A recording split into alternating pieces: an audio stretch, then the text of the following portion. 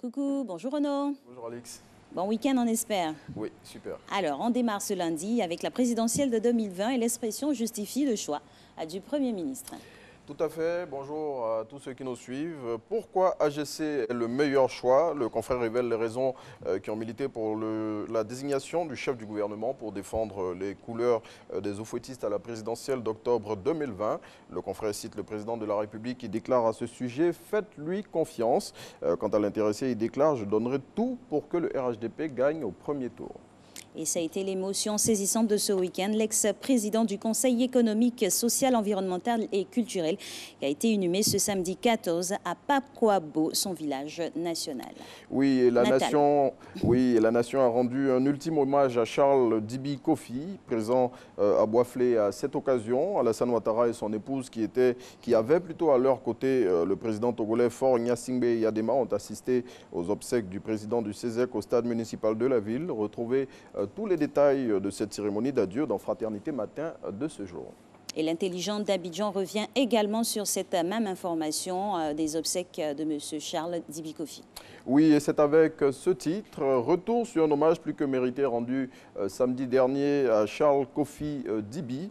Le confrère dans son papier revient sur le parcours et les qualités de ce grand commis de l'État de Côte d'Ivoire que fut Charles Kofi Dibi. L'intelligent d'Abidjan passe en revue l'essentiel de ce qui s'est passé dans la ville de Boisflé où aux côtés des populations étaient présentes des personnalités telles que le chef de l'État et son épouse, le président togolais ou encore Madame Mbédié.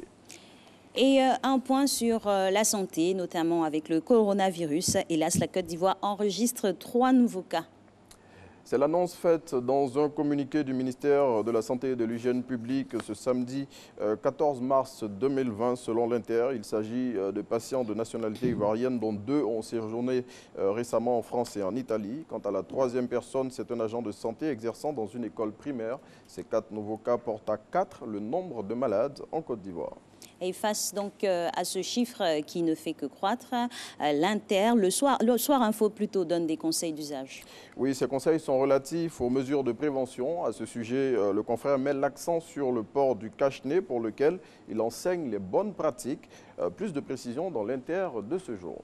Et on ne penserait pas avoir une telle nouvelle, mais Allo Police s'intéresse à une histoire de viol sur mineur.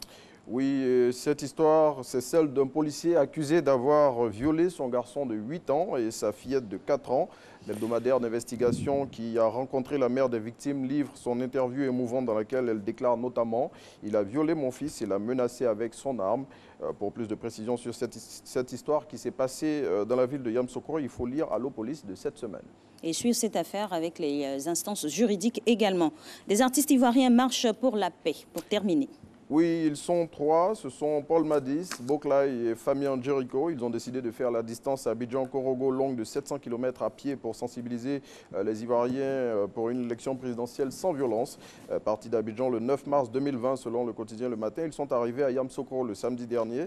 Selon Paul Madis, à travers cette activité, en plus de faire la promotion de la paix, ses amis et lui veulent marquer l'histoire de la Côte d'Ivoire comme les femmes qui ont marché sur la prison de Grand-Bassam en décembre 1949.